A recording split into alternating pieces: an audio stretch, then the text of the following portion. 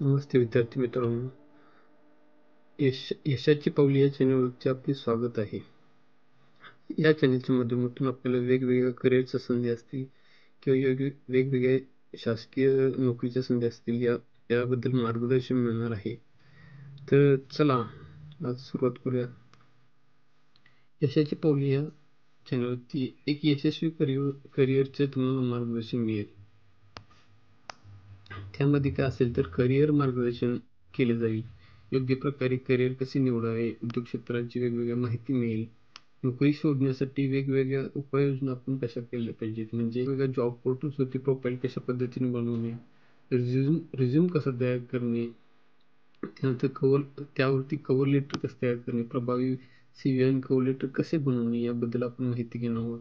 मुलाखत कशा पद्धतीने आपण मुलाखतीला कशा पद्धतीने फेस करायचं, त्यानंतर महत्त्वाचे प्रश्न काय असतील मुलाखतीमध्ये, आत्मविश्वास आपला कसा वाढला पाहिजे, आत्मविश्वासाने आपण त्या मुलाखतीला कसं आपण फेस फेस केलं पाहिजे याबद्दल माहिती मिळेल. कौशल्य विकास तुमच्यातील म्हणजे सॉफ्ट स्किल असतील, तुमच्यामध्ये संवाद कौशल्य असेल, लिडरशिप असेल, प्रत्येकामध्ये कोणते ना कोणते गुण असतात, ते आपण ओळखण्याचं काम आपल्याला केलं पाहिजे, तरच आपण आपल्या आयुष्यामध्ये यशस्वी होत असतो.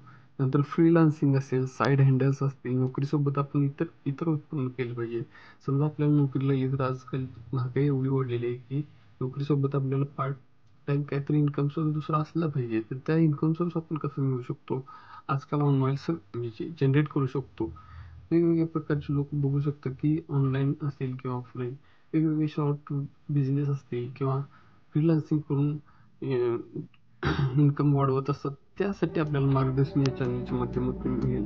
तसेच जे यशस्वी उद्योजक आहेत किंवा यशस्वी लोक आहेत, त्यांनी आयुष्यामध्ये यश मिळवलेलं आहे, नोकरी मिळवलेली आहे किंवा व्यवसायामध्ये यशाच्या शिखरावरती हे त्यांच्या यशोगाथा असतील. त्यांनी कशा पद्धतीने त्यांच्या आयुष्यात प्रवास केला, त्यांनी कशा पद्धतीने संघर्ष करून त्या गोष्टी मिळवल्या, त्याबद्दल देखील आपल्याला माहिती मिळेल. म्हणजे प्रेरणा देण्याचं काम त्या व्हिडिओच्या माध्यमातून आपल्याला मिळेल. कारण का, आपण जर प्रयत्न करत असेल तर त्यावेळी आपल्याला इन्स्पिरेशन मिळणे गरजेचं असते. त्याचवेळी आपण त्या गोष्टीपर्यंत पोहोचू शकतो. त्यामुळे आपल्याला आपला माइंडसेट पॉझिटिव्ह ठेवणे गरजेचं असते.